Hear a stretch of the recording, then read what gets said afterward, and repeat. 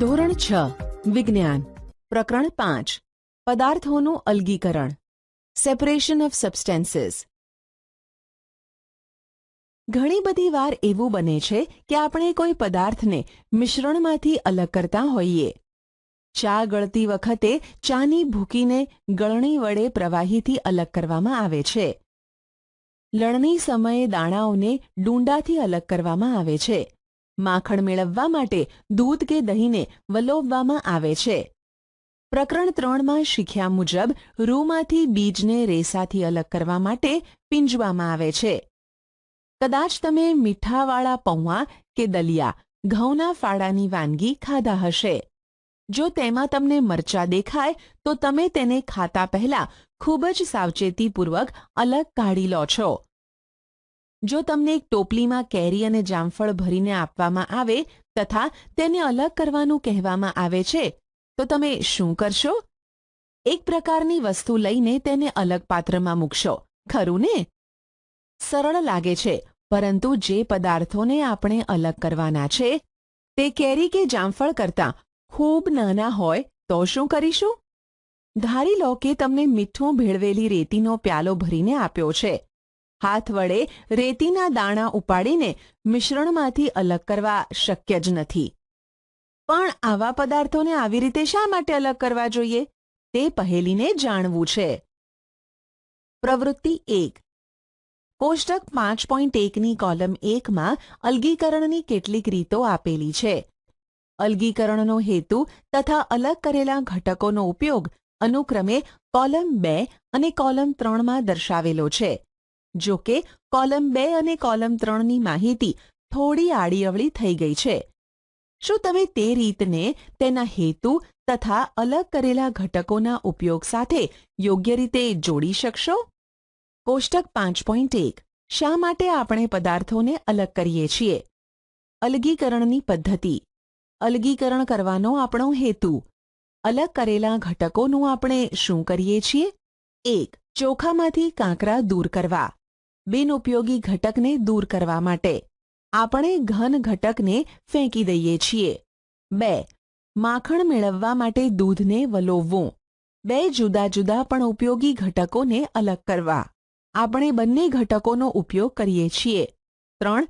ચાની ભૂકીનું અલગીકરણ. કચરો કે નુકસાનકારક ઘટકોને દૂર કરવા માટે આપણે કચરાને ફેંકી દઈએ છીએ. આપણે જોઈએ છીએ કે કોઈ પદાર્થનો ઉપયોગ કરતા પહેલા આપણે તેમાં રહેલા નુકસાનકારક કે બિનઉપયોગી પદાર્થને અલગ કરીએ છીએ. ક્યારેક આપણે ઉપયોગી ઘટકનો અલગ ઉપયોગ કરવો હોય તો તેને પણ જુદા પાડીએ છીએ. જે પદાર્થોને જુદા પાડવા હોય તે અલગ અલગ કદના કે ઘટકોના હોવા જોઈએ. તે ઘન, પ્રવાહી કે વાયુ પણ હોઈ શકે. તો જુદા જુદા ગુણધર્મો ધરાવતા હોય તેવા પદાર્થોને આપણે કઈ રીતે અલગ કરી શકીએ? અલગીકરણની પદ્ધતિઓ. Methods of separation. આપણે પદાર્થોને અલગ કરવાની કેટલીક સરળ પદ્ધતિઓની ચર્ચા કરીશું. તમે કદાચ રોજિંદા વ્યવહારમાં આ પદ્ધતિઓને જોઈ હશે. હાથ વડે વીણવું, હેન્ડ પિકિંગ. પ્રવૃત્તિ 2. બજારમાંથી ખરીદેલી અનાજની કોઈ થેલી વર્ગખંડમાં લાવો. હવે અનાજના દાણાને કાગળ પર ફેલાવો. શું તમને કાગળ ઉપર ફક્ત એક જ પ્રકારના દાણા દેખાય છે? શું તેમાં કાંકરા, ફોતરા, તૂટેલા દાણા અને અન્ય ધાન્યના દાણા પણ છે? હવે તમારા હાથ વડે કાંકરા, ફોતરા અને અન્ય ધાન્યને દૂર કરો. આ હાથ વડે વીણવાની હેન્ડ પિકિંગ પદ્ધતિનો ઉપયોગ ઘઉં, ચોખા કે દાળમાંથી થોડા મોટા કદનો કચરો, કાંકરા કે ફોતરા દૂર કરવા માટે થાય છે. આવા કચરાનો જથ્થો જો કે બહુ મોટો હોતો નથી. આવી પરિસ્થિતિમાં હાથ વડે વીણવાની પદ્ધતિથી સરળતાથી પદાર્થોને અલગ કરી શકાય છે. અનાજનું છડવું, થ્રેશિંગ. પાકની લણણી પછી તમે ઘઉં અને ચોખાના ડુંડાના ઢગલા ખેતરમાં જોયા હશે. ડુંડામાંથી દાણા કાઢતા પહેલા તેને તડકામાં સૂકવવામાં આવે છે. દરેક ડુંડામાં ખૂબ જ દાણાઓ હોય છે. તો ખેતરમાં રહેલા બધા ડુંડામાં રહેલા દાણાની સંખ્યાની કલ્પના કરો. ખેડૂત કઈ રીતે ડુંડામાંથી દાણાને અલગ કરે છે? ઝાડ પરથી કેરી કે જામફળને કોઈ પણ તોડી શકે છે, પરંતુ દાણા તો કેરી કે જામફળ કરતાં ખૂબ જ નાના હોય છે, માટે તેને ડુંડામાંથી ચૂંટવા તો અશક્ય જ છે. તો ડુંડામાંથી દાણાને કઈ રીતે અલગ કરવામાં આવે છે? ડુંડા વગેરેમાંથી દાણાને અલગ કરવાની રીતને છડવું, થ્રેશિંગ કહે છે. આ રીતમાં દાણાને ડુંડાથી અલગ કરવા માટે તેને ઝૂડવામાં આવે છે. કેટલીકવાર બળદ વડે પણ છડવામાં આવે છે. મોટા જથ્થામાં દાણાને છડવા માટે યંત્રો પણ વપરાય છે. ઉપણવું, વિનોઇંગ. પ્રવૃત્તિ 3. સૂકી રેતી સાથે લાકડાનો વહેર કે સૂકા પાંદડાનો ભૂકો મિશ્ર કરો. આ મિશ્રણને ડીશ કે છાપા ઉપર મૂકો. આ મિશ્રણને ધ્યાનથી જુઓ. શું બંને અલગ ઘટકો સરળતાથી દેખાય છે? શું બે ઘટકોના કણના કદ સમાન છે? શું ઘટકોને હાથ વડે વીણીને અલગ કરવા શક્ય છે? હવે તમારા મિશ્રણને ખુલ્લા મેદાનમાં લઈ જાઓ અને કોઈ ઊંચા પ્લેટફોર્મ પર ઊભા રહો. મિશ્રણને ડીશમાં કે કાગળ પર લો. ડીશ કે કાગળ જેમાં મિશ્રણ રહેલું છે તેને તમારા ખભા જેટલી ઊંચાઈએ રાખો. તેને થોડું નમાવો, જેથી મિશ્રણ ધીમેથી તેમાંથી સરકે. શું થયું? શું રેતી અને લાકડાનો વહેર કે સૂકા પાંદડાનો ભૂકો એક જ સ્થળે નીચે પડ્યા? શું કોઈ ઘટક હવાથી દૂર ઉડી ગયું? શું હવા દ્વારા ઘટકોનું અલગીકરણ થયું? મિશ્રણના ઘટકોને આ પ્રકારે અલગ કરવાની રીતને ઉપણવું, વિનોઇંગ કહે છે. ઉપણવાની ક્રિયામાં ભારે અને હલકા ઘટકોને પવન વડે કે ફૂંકાતી હવા વડે અલગ કરવામાં આવે છે. ખેડૂતો દ્વારા સામાન્ય રીતે આ પદ્ધતિનો ઉપયોગ ભારે દાણામાંથી હલકા ફોતરા દૂર કરવા માટે થાય છે. ફોતરાઓ પવન દ્વારા દૂર ઉડી જાય છે. અનાજના દાણા અલગ થઈને ઉપણવાની જગ્યાની નજીક ઢગલો બનાવે છે. અલગ કરેલા ફોતરાનો ઉપયોગ ઢોરના ખોરાક કે તેવા કોઈ હેતુ માટે કરવામાં આવે છે. ચાળવું, સીવિંગ. ક્યારેક આપણે લોટમાંથી વાનગી બનાવવી હોય છે, જે માટે તેમાંથી કચરો તથા ભૂસું દૂર કરવાની જરૂર પડે છે. આપણે શું કરીએ છીએ? આપણે ચારણી લઈએ છીએ અને તેમાં લોટ નાખીએ છીએ. ચાળવાથી ચારણીના છિદ્રોમાંથી લોટ પસાર થાય છે, જ્યારે મોટો કચરો ચારણીમાં ઉપર રહી જાય છે. અનાજ દળવાની ઘંટીમાં ઘઉંને દળતા પહેલા ફોતરા તથા પથ્થર જેવી અશુદ્ધિઓને દૂર કરાય છે. સામાન્ય રીતે થેલો ભરીને ઘઉં એક ત્રાંસા ચારણા મોટી ચારણી પર નાખવામાં આવે છે. ચારણો તેમાંથી છડવા અને ઉપણવા છતાં પણ રહી ગયેલા કાંકરા, ડાખલા અને ફોતરા દૂર કરે છે. તમે આવા ચારણા બાંધકામના સ્થળોએ પણ જોયા હશે, જે મોટા કાંકરા અને પથ્થરોને રેતીમાંથી દૂર કરે છે. પ્રવૃત્તિ 4. ઘરેથી એક ચારણી અને થોડી માત્રામાં લોટ વર્ગમાં લાવો. લોટમાં રહેલો કચરો દૂર કરવા તેને ચાળો. હવે ચોકનો ઝીણો ભૂક્કો કરી તેને લોટમાં ભેળવો. શું લોટ અને ચોકના ભૂક્કાને ચાળવાથી અલગ કરી શકાશે? જ્યારે મિશ્રણમાં ઘટકોનું કદ અલગ અલગ હોય ત્યારે ચાળવાની ક્રિયા કરવામાં આવે છે. નિક્ષેપણ, નિતારણ, ગાળણ. સેડિમેન્ટેશન, ડિકેન્ટેશન એન્ડ ફિલ્ટ્રેશન. ઘણીવાર હાથે વીણવાથી કે ઉપણવાથી મિશ્રણમાંથી ઘટકોને અલગ કરવા શક્ય હોતા નથી. ઉદાહરણ તરીકે, ચોખા કે દાળમાં માટી કે ધૂળ જેવી હલકી અશુદ્ધિઓ હોય છે. રાંધતા પહેલા કઈ રીતે આવી અશુદ્ધિઓને ચોખા કે દાળમાંથી અલગ કરવામાં આવે છે? દાળ અને ચોખાને સામાન્ય રીતે રાંધતા પહેલા ધોવામાં આવે છે. જ્યારે તેમાં પાણી ઉમેરવામાં આવે છે ત્યારે ધૂળ અને માટીના કણો જેવી અશુદ્ધિઓ અલગ થઈ જાય છે. તે અશુદ્ધિઓ પાણી સાથે વહી જાય છે, જે તેને થોડું ડહોળું બનાવે છે. હવે પાત્રના તળિયે શું બેસી જશે? ચોખા કે ધૂળ? શા માટે? તમે જોયું છે કે ગંદુ પાણી દૂર કરવા માટે પાત્રને નમાવવામાં આવે છે. જ્યારે મિશ્રણમાં રહેલો વજનમાં ભારે ઘટક તેમાં પાણી ઉમેર્યા બાદ નીચે બેસી જાય છે તે પદ્ધતિને નિક્ષેપન સેડિમેન્ટેશન કહે છે. જ્યારે પાણી ધૂળયુક્ત દૂર કરવામાં આવે છે એ રીતને નિતારણ ડિકેન્ટેશન કહે છે. ચાલો થોડા એવા મિશ્રણને શોધીએ જેમાં નિક્ષેપન અને નિતારણ દ્વારા અલગીકરણ કરી શકાય. આ જ સિદ્ધાંત એકબીજામાં ન ભળી જાય તેવા બે પ્રવાહીને અલગ કરવા માટે પણ વપરાય છે. ઉદાહરણ તરીકે પાણી અને તેલને તેમના મિશ્રણમાંથી આ રીતે અલગ કરી શકાય છે. જો આવા પ્રવાહીઓના મિશ્રણને થોડીવાર એમ જ રહેવા દેવામાં આવે તો તેઓ બે જુદા સ્તર બનાવે છે. જે ઘટક ઉપરનું સ્તર બનાવે છે તેને નિતારણ દ્વારા ત્યાર પછી અલગ કરી શકાય છે. ચાલો ફરી એક ઘન અને પ્રવાહીનું મિશ્રણ લઈએ. ચા બનાવ્યા બાદ તમે ચાની પત્તી દૂર કરવા શું કરો છો? નિતારણ કરવાની કોશિશ કરો, તે બહુ મદદરૂપ નહીં થાય. શું થોડી પત્તી ચામાં રહી જાય છે? હવે ચાને ગરણીમાં રેડો. શું ચાની બધી જ પત્તી ગરણીમાં રહી જાય છે? આ પદ્ધતિને ગાળણ ફિલ્ટ્રેશન કહે છે. તો નિતારણ અને ગાળણ એ બેમાંથી કઈ પદ્ધતિ બનાવેલી ચામાંથી પત્તી અલગ કરવા માટે વધુ ઉપયોગી છે? ચાલો આપણે હવે જે પાણી વાપરીએ છીએ તેનું ઉદાહરણ જોઈએ. શું આપણે બધા દરેક સમયે પીવા માટે સલામત હોય તેવું પાણી મેળવીએ છીએ? ઘણીવાર નળમાં આવતું પાણી ડહોળું હોય છે. તળાવ કે નદીમાંથી લાવેલું પાણી ખાસ કરીને વરસાદ પછી ડહોળું હોઈ શકે છે. ચાલો કેટલીક એવી અલગીકરણની પદ્ધતિઓ જોઈએ જેના દ્વારા પાણીમાંથી માટી જેવી અદ્રાવ્ય અશુદ્ધિઓ દૂર કરી શકાય. પ્રવૃત્તિ 5. નદી કે તળાવમાંથી થોડું ડહોળું પાણી લો. જો તે અપ્રાપ્ય હોય તો પ્યાલામાં પાણી લઈ તેમાં થોડી માટી નાખો. તેને અડધો કલાક સ્થિર થવા દો. પાણીનું ધ્યાનપૂર્વક નિરીક્ષણ કરો અને તમારા અવલોકનો નોંધો.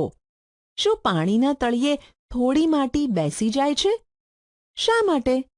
આ પદ્ધતિને તમે શું કહેશો? હવે પાણીને ખલેલ ન પહોંચે તેમ પ્યાલાને સહેજ નમાવો અને ઉપરના પાણીને બીજા પ્યાલામાં પડવા દો. આ રીતને તમે શું કહેશો? શું બીજા પ્યાલામાં રહેલું પાણી હજુ પણ ડહોળું અને ધૂંધળું છે? હવે તેને ગાળી લો. શું ચાની ગરણી કામ લાગશે? ચાલો કાપડના ટુકડા વડે પાણીને ગાળવાની કોશિશ કરીએ. કાપડના ટુકડામાં વણાટના દોરાઓ વચ્ચે નાના કાણા કે છિદ્રો રહેલા હોય છે. આ કાપડના ટુકડાના છિદ્રને ગરણી તરીકે ઉપયોગમાં લઈ શકાય. જો પાણી હજુ ડહોળું હોય તો હજુ નાના છિદ્રો હોય તેવી ગરણીથી અશુદ્ધિઓને અલગ કરી શકાય. ફિલ્ટર પેપર એક આવી જ ગરણી છે જેમાં ખૂબ નાના છિદ્રો હોય છે. આકૃતિ 5.9 ફિલ્ટર પેપરને કઈ રીતે ઉપયોગમાં લેવું તે દર્શાવે છે. શંકુ આકારમાં ગળી કરેલું ફિલ્ટર પેપર ગરણીમાં મૂકવામાં આવે છે. તેમાંથી ઘન કણો પસાર થતા નથી અને ફિલ્ટર પેપર પર જ રહી જાય છે. ફળ અને શાકભાજીના રસને સામાન્ય રીતે પીતા પહેલા તેમાંથી બીજ અને માવાનો ગર દૂર કરવા માટે ગાળવામાં આવે છે. આપણા ઘરમાં વપરાતા પનીર, કોટેજ ચીઝની બનાવટમાં પણ ગાળણની ક્રિયા ઉપયોગી છે. તમે કદાચ જોયું હશે કે ઉકળતા દૂધમાં લીંબુના રસના થોડા ટીપાં ઉમેરીને પનીર બનાવવામાં આવે છે, જેથી ઘન પનીર તથા પ્રવાહીનું મિશ્રણ મળે છે. ત્યારબાદ પાતળા કાપડ કે ગરણી વડે મિશ્રણને ગાળીને પનીરને અલગ કરવામાં આવે છે. બાષ્પીભવન ઇવોપરેશન. પ્રવૃત્તિ 6. થોડું પાણી ભરેલા બીકરને ગરમ કરો. પાણીને ઉકળવા દો. જો તમે પાણીને ગરમ કરવાનું ચાલુ રાખશો તો શું પાણી વરાળમાં ફેરવાઈને સંપૂર્ણ અદૃશ્ય થાય છે? હવે બીજા બીકરમાં રહેલા પાણીમાં 2 ચમચી મીઠું ઉમેરી યોગ્ય રીતે હલાવો. શું પાણીના રંગમાં કોઈ ફેરફાર દેખાય છે? શું હલાવ્યા બાદ બીકરમાં જરા પણ મીઠું દેખાય છે? મીઠાનું પાણી ધરાવતા બીકરને ગરમ કરો. પાણીને ઉકળી જવા દો. બીકરમાં શું વધ્યું? આ પ્રવૃત્તિમાં આપણે પાણી અને મીઠાને અલગ કરવા માટે બાષ્પીભવનની પદ્ધતિનો ઉપયોગ કર્યો. પાણીને બાષ્પ એટલે કે વરાળમાં રૂપાંતર કરવાની પ્રક્રિયાને બાષ્પીભવન ઇવોપરેશન કહે છે. જ્યાં જ્યાં પાણી હાજર હોય ત્યાં બાષ્પીભવન સતત થતી પ્રક્રિયા છે. તમને શું લાગે છે, મીઠું ક્યાંથી આવ્યું હશે? દરિયાના પાણીમાં ઘણા ક્ષાર આવેલા હોય છે. આમાંનો એક ક્ષાર સામાન્ય મીઠું છે. જ્યારે દરિયાના પાણીને છીછરા ખાડામાં ભરવામાં આવે છે ત્યારે સૂર્યપ્રકાશથી પાણી ગરમ થાય છે અને ધીમે ધીમે બાષ્પીભવન દ્વારા બાષ્પમાં ફેરવાય છે. થોડા દિવસોમાં જ પાણીનું સંપૂર્ણ બાષ્પીભવન થઈ જાય છે અને પાછળ ઘન ક્ષારો રહી જાય છે. આ ક્ષારોનું વધુ શુદ્ધિકરણ કર્યા પછી તેમાંથી સામાન્ય મીઠું મેળવવામાં આવે છે. અલગીકરણની એક કરતાં વધુ પદ્ધતિનો ઉપયોગ. Use of more than one method of separation. મિશ્રણમાંથી પદાર્થોના અલગીકરણની કેટલીક પદ્ધતિઓ આપણે જોઈ. ઘણીવાર મિશ્રણમાંના જુદા જુદા ઘટકોને અલગ કરવા માટે કોઈ એક પદ્ધતિ પૂરતી હોતી નથી. આવી પરિસ્થિતિમાં આપણે એક કરતાં વધુ પદ્ધતિઓનો ઉપયોગ કરવો પડે છે. પ્રવૃત્તિ 7. રેતી અને મીઠાનું મિશ્રણ લો. તેને કઈ રીતે અલગ કરીશું? આપણે એ જોઈ ગયા છીએ કે હાથથી વીણવાની રીત એ ખાસ વ્યવહારુ નથી. આ મિશ્રણને બીકરમાં રાખી તેમાં થોડું પાણી ઉમેરો. બીકરને થોડો સમય બાજુ પર રહેવા દો. શું તમે નોંધ્યું કે રેતી નીચે તળિયે બેસવા લાગી છે? રેતીને નિતારણ કે ગારણ દ્વારા અલગ કરી શકાય. નિતારેલા પાણીમાં શું હશે? શું તમને લાગે છે કે આ પાણીમાં શરૂઆતમાં હતું તે મીઠું હશે? હવે આપણે નિતારેલા પ્રવાહીમાંથી મીઠું અને પાણી અલગ કરવાના રહેશે. આ પ્રવાહીને કીટલીમાં નાખી તેનું ઢાંકણ બંધ કરો. કીટલીને થોડી વાર માટે ગરમ કરો. તમે નોંધ્યું કે કીટલીના નાળચામાંથી વરાળ બહાર આવી રહી છે? ધાતુની એક પ્લેટમાં થોડો બરફ લો. આકૃતિ 5.13માં દર્શાવ્યા મુજબ પ્લેટને કીટલીના નાળચાથી સહેજ ઉપર પકડી રાખો. તમે શું જોયું? કીટલીનું બધું જ પાણી ઉકળી જવા દો. જ્યારે વરાળનો સંપર્ક બરફવાળી ઠંડી પ્લેટ સાથે થાય છે ત્યારે તેનું સંકોચન થાય છે અને પ્રવાહી સ્વરૂપમાં પાણી બનાવે છે. પાણીના જે ટીપાં તમે પ્લેટ પરથી પડતા જુઓ છો તે વરાળના સંકોચનથી થાય છે. પાણીની વરાળનું તેના પ્રવાહી સ્વરૂપમાં રૂપાંતર થવાની ક્રિયાને ઘનીભવન કહે છે. તમે ક્યારેય થોડીવાર પહેલાં જ ઉકાળેલા દૂધના વાસણ પર ઢાંકેલી પ્લેટના નીચેના ભાગમાં જામેલા પાણીના ટીપાં જોયા છે? બધું જ પાણી બાષ્પીભવન થઈ જાય પછી કીટલીમાં શું બચે છે? આ રીતે આપણે નિતારણ, ગારણ, બાષ્પીભવન અને ઘનીભવન જેવી પદ્ધતિઓ દ્વારા મીઠું, રેતી અને પાણીને અલગ કર્યા. પહેલી જ્યારે મીઠું અને રેતીના મિશ્રણમાંથી મીઠું અલગ કરતી હતી ત્યારે તેને મુશ્કેલી પડી. તેણે મીઠાના એક પેકેટને થોડી રેતીમાં ભેળવ્યું. પછી તેણે પ્રવૃત્તિ 7માં દર્શાવેલી પદ્ધતિ દ્વારા મીઠું પાછું મેળવવાનો પ્રયત્ન કર્યો. તેણે જાણ્યું કે તેણે જેટલું લીધું હતું તેમાંથી તે બહુ થોડું મીઠું પાછું મેળવી શકી. શું ભૂલ થઈ હશે? શું પાણી ગમે તેટલા જથ્થામાં પદાર્થને ઓગાળી શકે? Can water dissolve any amount of substance? પ્રકરણ 4માં આપણે શીખ્યા કે ઘણા પદાર્થો પાણીમાં ઓગળે છે અને દ્રાવણ બનાવે છે. આ પદાર્થો પાણીમાં દ્રાવ્ય છે તેમ આપણે કહીએ છીએ. જો પાણીના ચોક્કસ જથ્થામાં આપણે વધુને વધુ જે તે પદાર્થ ઉમેરતા જઈએ તો શું થાય? પ્રવૃત્તિ 8. તમને એક બીકર કે ટમ્બલર, એક ચમચી, મીઠું અને પાણીની જરૂર પડશે. અડધા કપ જેટલું પાણી બીકરમાં લો. એક ચમચી જેટલું મીઠું લઈ તે બરાબર ઓગળી ન જાય ત્યાં સુધી હલાવતા રહો.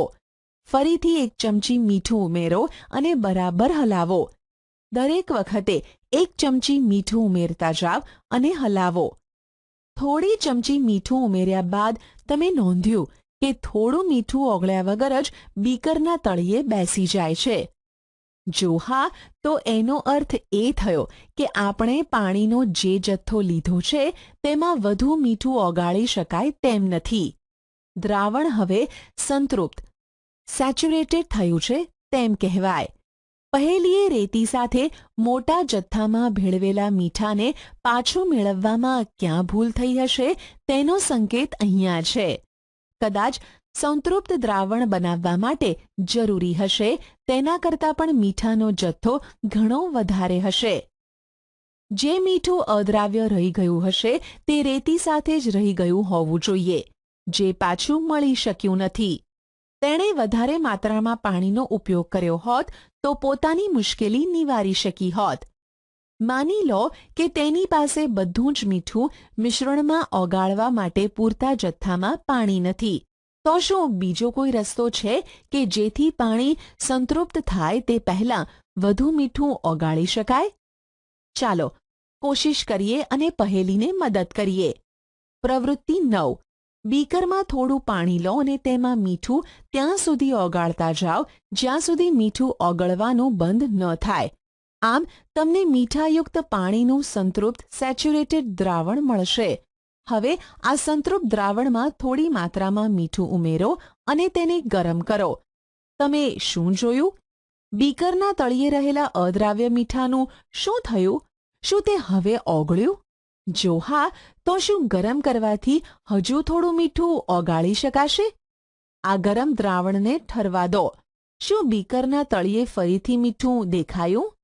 આ પ્રવૃત્તિ દર્શાવે છે કે ગરમ કરવાથી પાણીમાં વધુ માત્રામાં મીઠું ઓગાળી શકાય છે. શું પાણી બધા જ દ્રાવ્ય પદાર્થોને સમાન માત્રામાં ઓગાળી શકે છે? ચાલો શોધીએ. પ્રવૃત્તિ 10.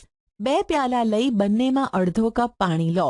એક પ્યાલામાં 1 ચમચી મીઠું નાખી તે ઓગળી જાય ત્યાં સુધી હલાવો. એક ચમચી ઉમેરતા જાઓ જ્યાં સુધી દ્રાવણ સંતૃપ્ત ન થાય. પાણીમાં કેટલીક ચમચી મીઠું ઓગળ્યું તે કોષ્ટક 5.2માં નોંધો. હવે આ જ પ્રવૃત્તિનું ખાંડ વડે પુનરાવર્તન કરો. આ જ પ્રવૃત્તિને પાણીમાં દ્રાવ્ય હોય તેવા પદાર્થો વડે પુનરાવર્તન કરો. કોષ્ટક 5.2 પરથી તમે શું નોંધ્યું? તમે જોયું કે પાણી જુદા જુદા પદાર્થોને જુદા જુદા પ્રમાણમાં ઓગાળે છે. આપણે પદાર્થોને અલગ કરવાની કેટલીક પદ્ધતિઓની ચર્ચા કરી. આ પ્રકરણમાં દર્શાવેલી અલગીકરણની કેટલીક પદ્ધતિઓ વિજ્ઞાનની પ્રયોગશાળાઓમાં પણ વપરાય છે. આપણે એ પણ શીખ્યા કે પદાર્થને પાણીમાં ઓગાળીને તેનું દ્રાવણ બનાવાય છે. જો દ્રાવણમાં પદાર્થ વધુ ન ઓગળે તો તે દ્રાવણને સંતૃપ્ત દ્રાવણ કહે છે.